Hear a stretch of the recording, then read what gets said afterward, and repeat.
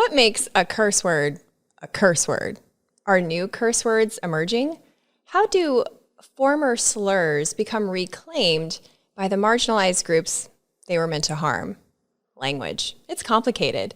And it's the foundation of how we represent ourselves and connect with others. But it's often hard to pinpoint what words will attract or repel a certain audience. My next guest is a cognitive science professor at the University of California, San Diego. He's also the author of the book, What the F, and was featured in the Netflix series, The History of Swear Words. Today, he's going to share his specialized knowledge in the science of swearing and help us understand the origin of what makes a word bad. Fervent linguist, swearing scientist, foul-mouthed etymologist, Dr. Benjamin Bergen. Thanks for being here. Hi, it's my pleasure. This is such an interesting aspect of language because, I don't know, we all do it. So I would love to kick things off by asking you what your favorite swear word is. Oh, well, I mean, there's the one that I use most commonly, which is probably really boring. It's probably just something like shit, because lots of things happen in your life that just deserve a shit. But I guess most interesting, as you survey the world's languages, you find lots of creativity. I think probably, it's a good question. Well, in Australian English, I'm told that this is good. Okay, you're gonna have to excuse me. There's just going to be a lot of profanity today. That's just going to it's going to have to be. You have full permission. Fire away, my friend. So a friend of mine uses this term "cunt waffle," which is like, just to me, like, it's the craziest combination of like abusive, like derogatory term and something delicious for breakfast. I think that it's like just as strong. I don't know what it actually means, but it's delightful to me. I also find that delightful. And fun backstory on my side of the world. I didn't hear the word cunt until I was 20 or 21. Judge me like you, as you wish, but I was working at a call center. And so it doesn't mean as much to me, like I might as well be saying Scheisse, like shit in German, and it just doesn't fire the things in my brain that other cuss words that I heard growing up and understand that they were taboo have. Is there some science behind that? Oh yeah. You just hit the nail on the head. So the reason why curse words feel so powerful to us is exactly because of early childhood experiences. We are, during our formative years, open to training about what things have and should have what sort of emotional connotations. And so you use a bad word. I remember the first time I said fuck in front of my mom, and I remember the punishment that was doled out as a consequence at whatever it was, 8 or 9 years old. We remember those things. And we also remember occasions where other people used swear words and they were in states of heightened emotional arousal, or maybe they had repercussions for using those. And those early childhood experiences get internalized. We code those in our brain.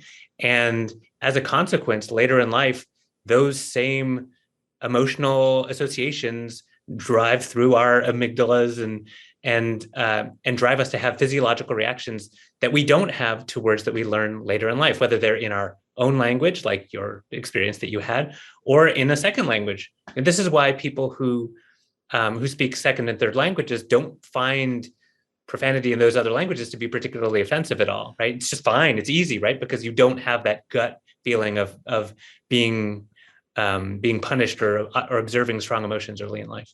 Well, I don't know. The only maybe exception for me personally in that area is American Sign Language. And I love that you brought that up in your book and you had pictures and everything. I used to be a sign language interpreter, and the sign for fuck is pretty, I don't know, like that registered in my little brain. So I don't know, maybe because it has the visual component, you're like, ooh, yep, maybe I shouldn't say that one.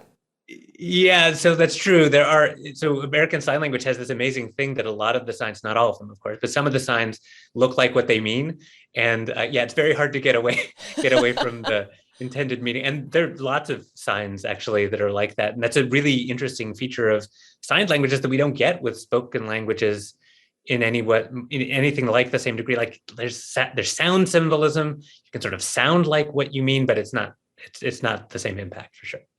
So cuss words have this very early onset effect with our child brains, but are they considered bad words because they offend other people, or is it the sound of the word itself? Somehow it's a magic formula that makes it a cuss word.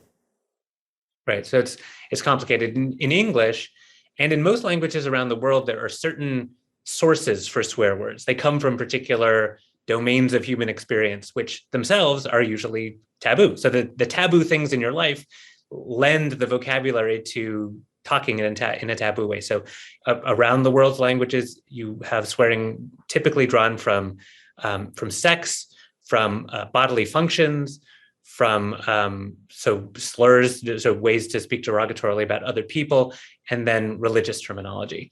And there are lots of taboos about when and where you can use any of those words, religious words, and so on. And so those words, which are oftentimes used with sort of taboo intent or taboo consequences, come to acquire that taboo themselves over the course of cultural time. And so if you look at English, you can think about the taboo words that most of them are drawn from one of those four categories, and it's true around the world. But of course, that's not enough, right? Like we have lots of words relating to bodily functions that are not swear words, right? That we use that I use with my preschooler, or that you could use with your priest, or whatever it is, and you can talk about these taboo things with non-taboo words. So there's something else going on, and part of that is exactly as you say, the sort of early childhood experience of how those words are used. But another thing is how they sound. So in English, we do kind of have a formula for what makes a word seem particularly taboo. It has to be short. Usually it's one syllable. There are longer ones, but the majority are one syllable, and they tend to have lots of consonants and consonants in the right places. So at the beginnings and the ends, and it helps if they're what we call stop consonants or plosive, these popping sounds like put, all the ones that you're not supposed to say in front of a microphone too loud, like the puz and the tuz and the cuz.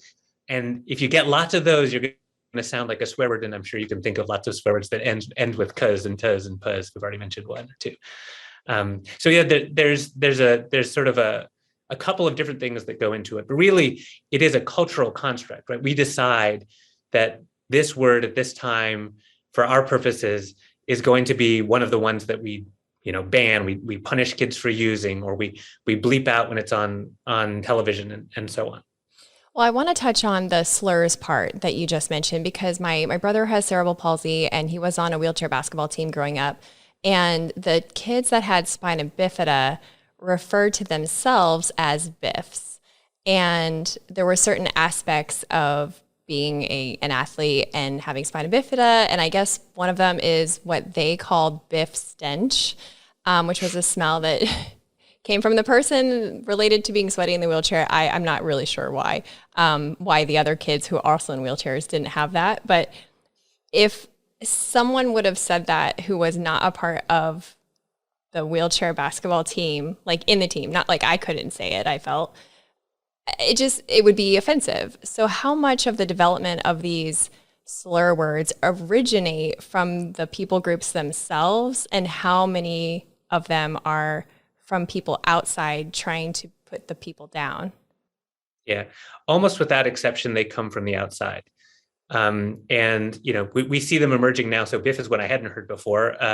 Similar ones are maybe like spurg for people with Asperger's syndrome, that are these things are sort of starting to emerge as as the phenomena come more and more into people's consciousness. But yeah, they almost entirely come from the outside. But what you're describing is a kind of a co-opting or a reappropriation of those terms that happens, which is really, really common, and almost without exception, it happens, and oftentimes is quite successful, where people will decide, okay, so we're being marginalized. People are trying to use this term against us to describe us. What if we can sort of take some of the wind out of the sails of that term by just reappropriating it? So, okay, no, you can't call us that. We call ourselves that. There's like slut walks. Like this is a thing that people have like decided to, or slut marches have decided to sort of take over the word slut. And there's a bar that a friend of mine mentioned, an LGBT bar that has faggoty ass Fridays, as a way to kind of reclaim the word and say, okay, no, yeah, no, it's fine to use the word because we use it in a positive way, and it's what defines us. It doesn't always work to reclaim words. I think you can probably imagine and come up with some slurs that have not succeeded in being reappropriated, and that hasn't taken away the sting. But you're describing as kind of a second layer on top of that. So when people who are not members of that group are allowed to use that word, why is that? Why is it not offensive for the team, for your brother, for example, to use that term, even though he doesn't have spina bifida? This is a thing that happens in groups of tight-knit people. Usually it's same-sex groups, and usually it's people who are younger, who work together, play together. Sports is a really great example of when it happens. But I've heard the same thing from stockbrokers and realtors and people who work in restaurants. That when you're in a group of again, a tight knit group of people who are oftentimes going through something very challenging together, you're working together. There's a thing that can happen, which is that you take all the permission, you give permission to everyone to become an insider, even in groups that they wouldn't otherwise be members of.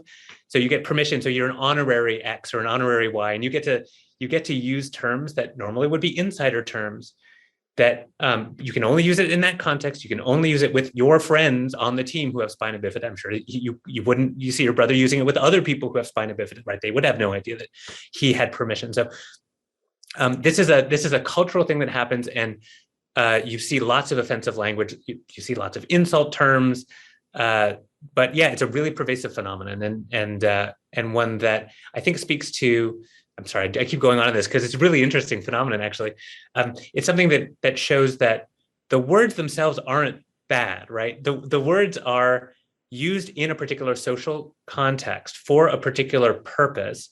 They can be used to harm. They can be used for things that we would think of as immoral, but they can also be used to sort of cement solidarity and create social connection and create informality and trust and be at the service of actually a positive social function sometimes. God, language is so weird.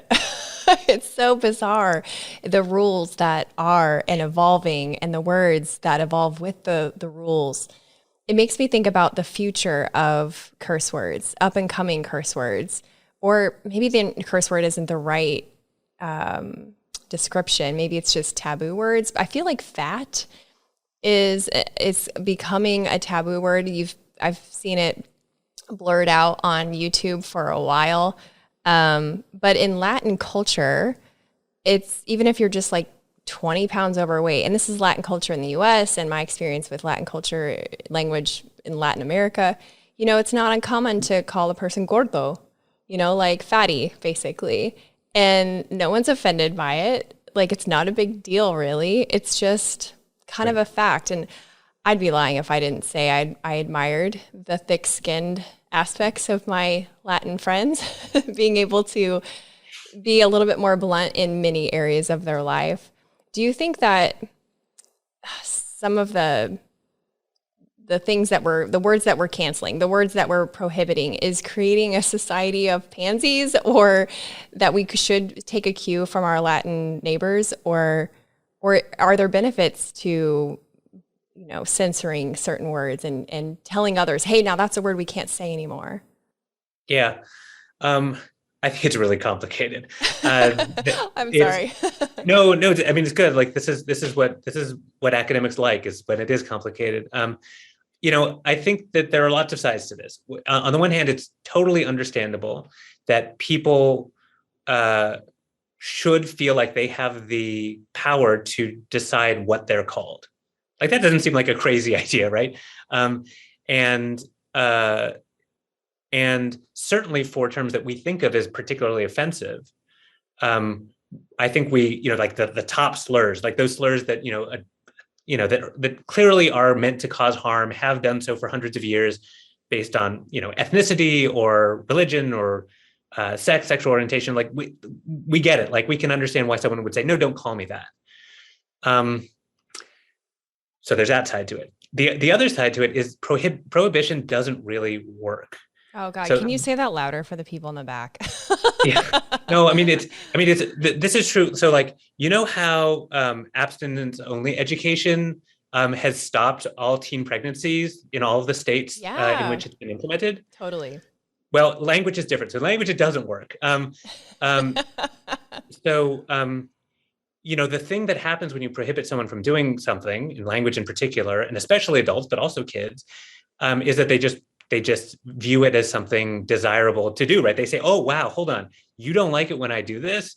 That must mean that it has power over you. And this is exactly the opposite of the logic of reappropriation, of taking over bad terms. It's kind of the idea that, well, we can sort of silence this word. And I understand the impulse, but I think that it's counterproductive because it just gives people fodder to know what the buttons are that they can press. And we live in a society in which you really can't regulate language to that degree. I mean, social media platforms can try, but they don't ban words like fat, and they probably never will. And so it really ends up being kind of it's a persuasion campaign that's probably without teeth, and I sense is going to fail just like all the other ones typically do. As a child, I got punished for using the word fuck, as I said earlier. That's clearly stopped me. And I just sense that it's precisely the same thing. It's sort of, I think that advocating for sensitivity to like what do people feel causes them harm? That is a totally legitimate thing. Like, how do we want to talk about weight? How do we want to talk about obesity? Like having a conversation about that is totally legitimate and understandable. And I think people should be forthcoming in what they feel, what is offensive to them. But at the same time, trying to ban it, I don't see how it would work. It doesn't seem like a smart way to improve society by just going, nope, that's on the no-no list. It seems like a more intelligent way to improve our relationships with others by having these more complex conversations. But, I can see why people would be tempted just to be like, nope, yeah, we're canceling that word. We're getting rid of it. We're removing it from our vocabulary. But then, as language evolves, the rules change, and a word, what was it, God, by God's eyes or something back in the Renaissance day, like anything that had like a body part of God was offensive. And now instead of being offensive, people would just be confused. If you said by God's eyes, they'd be like, and So, well, that's for sure. That's for sure. I mean, what we do see is that what one change that's happening right now is that for younger people in particular, but I think across the society in general, the terms that are judged to be most offensive used to be words related to bodily functions and to sex. And before that, like you're saying, in the 19th century, religious terminology. That's all changing so that now the words that people find most offensive really are the slurs. So, I survey undergrads. Admittedly, they're undergraduates at UC San Diego. That's a biased sample in a place that is not representative of the whole country. But nevertheless, the words that they find most offensive. I mean, fuck is number 24 on the list. Right? There are 23 more offensive words, and they are almost without exception words that denigrate people based on identity features. So that's a shift that's happening in real time that we can actually see, where words that offended our parents, like sucks. Like my parents would not abide the word sucks in their house. I'm probably a little older than you, but that and for us that was like gold. It's like, great, this is how to get it. This is how to get under their skin. To our kids, so I'm a generation that knows that it was once an offensive word. My kids have no idea that sex could possibly be offensive, right? That's completely changed in the span of 60 years in those two generations. That a word went from deeply offensive, like can't say it on television, can't say it on radio, wouldn't say it in school, to saying in kindergarten. And we're seeing that happen now with, I think that probably words like, the body part and sex terms are on their way out. And really what we're going to be dealing with moving forward is the slurs as the kind of offensive language that we have to reckon with. And as you say, it's in a complex way. Unless cunt waffle takes off. And then this could be the great thing that saves us because I do like that quite a lot. When you talked about the different categories of curse words, meaning like, sexual acts, excrement, that sort of thing, you're talking a lot about the common traits of what we consider curse words in the United States and I think maybe like Australia. But they're different in different cultures. Like different cultures have a preference for different categories of curse words. Is there a correlation between the category preference and certain characteristics of that culture? Like, is it Right. telling of something? There are correlations. It's hard to always to disentangle causation from correlation, but in this case, it's pretty clear that that cultures that have a strong religious tradition, we can see that, for example, in cultures that have a strong Catholic tradition, do still rely very heavily on religious terminology for their swearing or their cursing vocabulary. So in Spanish, in Italian, in the French spoken in Quebec, the strongest terms are terms that specifically come from Catholic concepts. So in Quebecois, tabarnak, which means tabernacle, or the word that means that, or the word that means the, I'm not Catholic. What's the thing that the cup that caught Chalice. the chalice, right? Yeah, is these are the strongest words in Italian and in Spanish. So porco dio, which is pig god, is like a super terrible strong word in Italian. This is where a culture with a long history of religious practice and belief will tend to draw most of its swear words from. But it differs. Like there's some just random stuff. So like in Dutch, you get these really strong swear words that are drawn from words for diseases. So basically the degree of fatality of the disease correlates with the strength of the term. So cancer is a really strong swear term. Tuberculosis is maybe not quite as strong, this sort of thing. But you can kind of understand because like diseases are taboo in the sense that like you don't want to get one and you stay away from people who have them. And so those terms then become these words that are particularly strong, and you want to avoid the words and so on. So yeah, there's some sort of cultural correlates, but then in some cases, just like, well, this is a culture that has decided they're going to double down on animal terms, which are again, animals have taboos in their own ways, or on ancestor terms, or whatever it is. Yeah, and then in the same language, things can mean different things. Not to make it more complicated, but like fresa, Spanish for strawberry. In Mexico, it means like a snotty, rich bitch, basically. And I thought it was a derogatory word for vagina in another country, but I couldn't verify that on the internet. So, but the point is, like, you're in the US and you ask for a strawberry in Spanish, and then you go to Mexico and somebody calls you a strawberry, and there you go, it's a different meaning. Are there languages where there's no curse words? Well, kind of. So it can kind of go in two ways, right? There are languages where there are strong words, but they're not viewed as bad. So, if you go to France or Germany or whatever, they have strong words, but you'll hear those words on the nightly news, and you'll hear and your kindergartner is able to say those words. That they're really more thought of as strong words or big words or whatever it is. So that's one way in which you can have the impact of the words, but without all the taboos about being able to use them. It's basically just like, this is an expression of a strong emotion or a way to evoke strong emotions in other people. Similarly, or I guess not really similarly, kind of the opposite. In some cultures, it's been documented that there isn't really much of a tradition of swear words at all. So Japan is such a case where you don't really have a tradition of, words that themselves are intrinsically bad to the point where you would want to bleep them out, for example, on television or radio, or that you would tell someone, oh, don't say that word, that's a bad word. What you have is lots of ways to offend people, right? You can insult people, but the specific words that you would use aren't ones that you wouldn't use in front of your grandmother or your kindergartner or your priest or whatever. So now that's changing now because of the influx of Western cultural values, and they see television that has bleeps in it coming from the United States in movies, and they're okay. Well, I guess there's some words that are really bad, and I think that most of their, at least in Japan, most of the taboo words that they have are now borrowed mostly from English. And so they think of those as the taboo words. For them, the taboo words are the English taboo words. But surely there are other cultures that have similar features like that.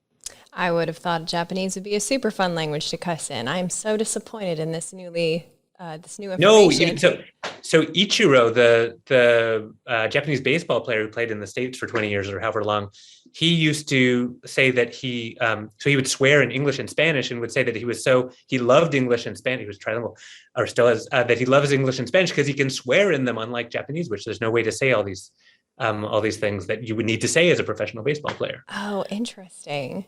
Well, yeah, that is fascinating. It makes me think about the Spanish curse words that I know, and how I was asking friends, like, no, how bad is it? Is this, because you hear it on movies, and then, it's confusing because you greet each other like, ¿qué pedo? Like, which is what fart, but it means like, hey, what's up, man? Oh man, I love this stuff. I nerd out in linguist stuff. So audience, forgive me for being a bit gratuitous on this subject, but we'll move on to the issue of connectivity. I think a well-placed curse word in the right context, in the right audience, builds some sort of trust. A little bit like what you were talking about earlier with the basketball team, but only a standardized curse word, not something specific to a group of people. It makes the other person go, yeah, this person is just like me. But if you choose the wrong word or say it in the wrong way, or that person isn't receptive to it, it can repel them. So what's the difference between the relatability factor and the repelling factor when it comes to cursing socially?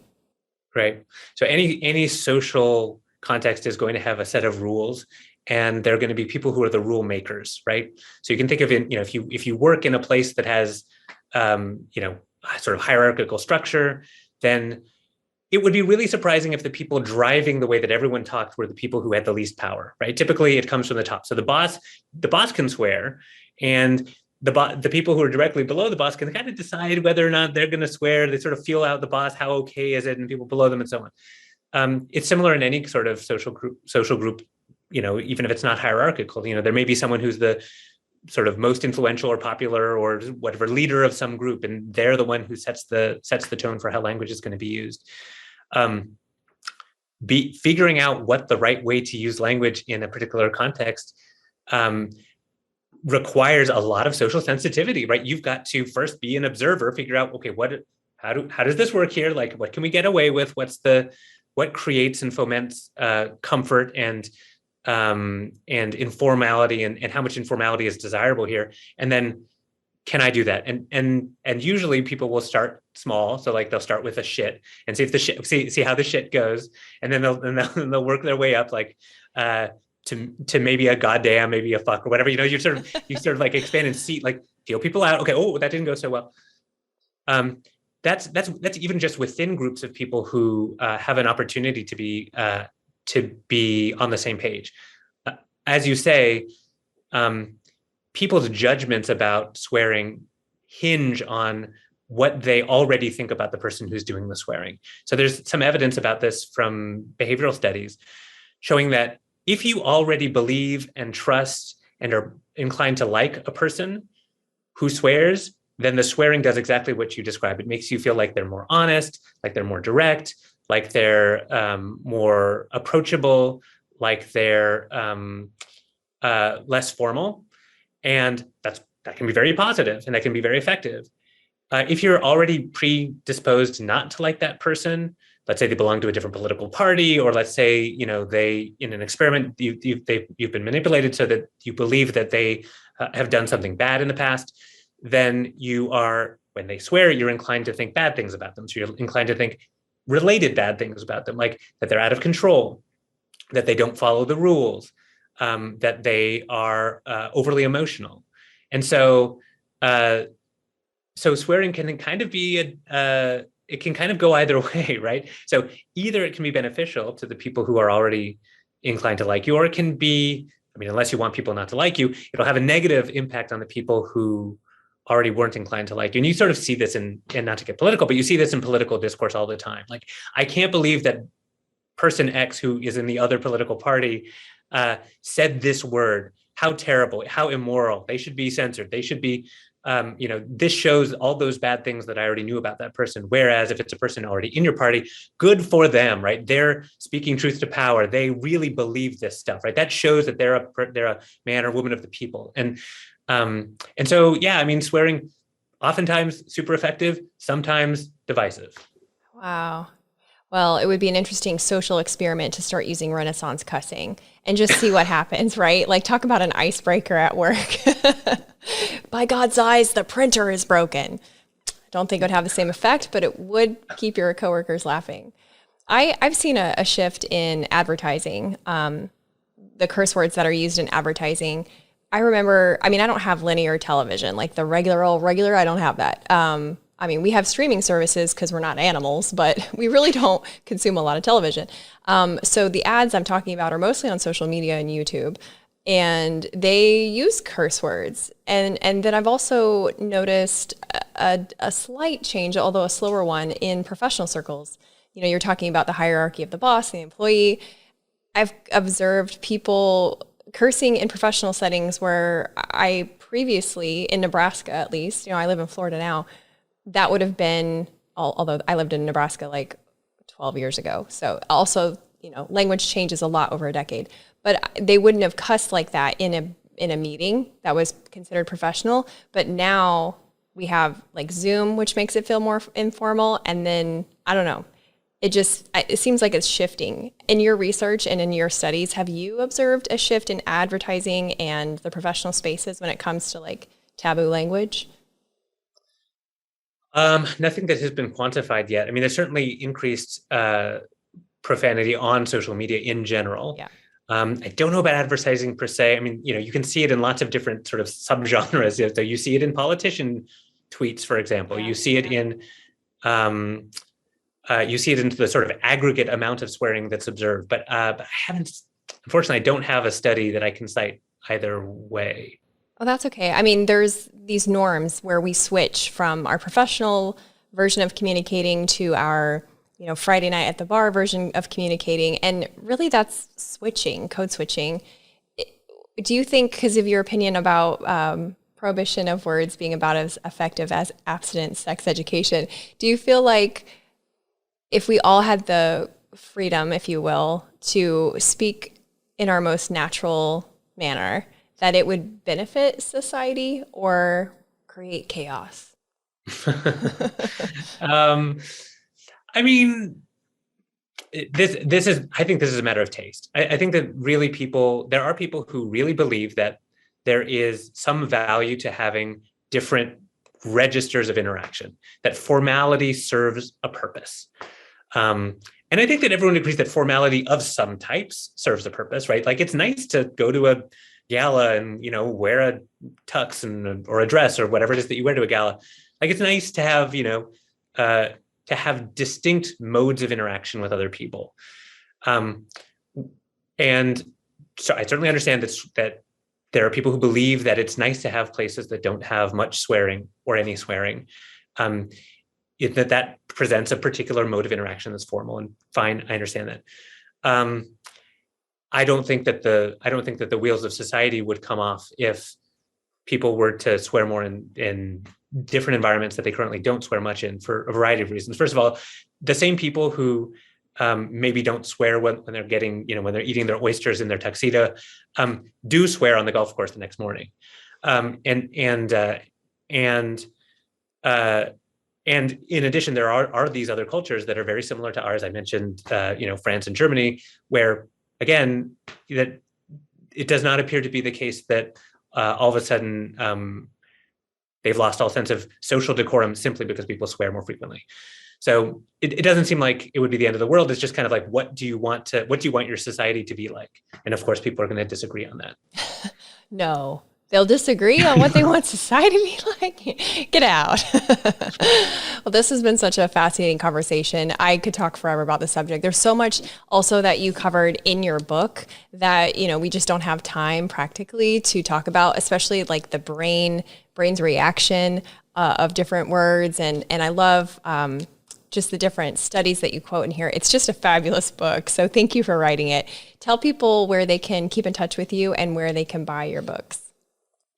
Well, I think they can buy, so that's a book that I wrote, What the F. There's another book called Louder Than Words, which is about kind of the science of how well you do what you're doing right now, which is to listen to words and translate them into meaning, which is a really hard thing that we all seem to be able to do.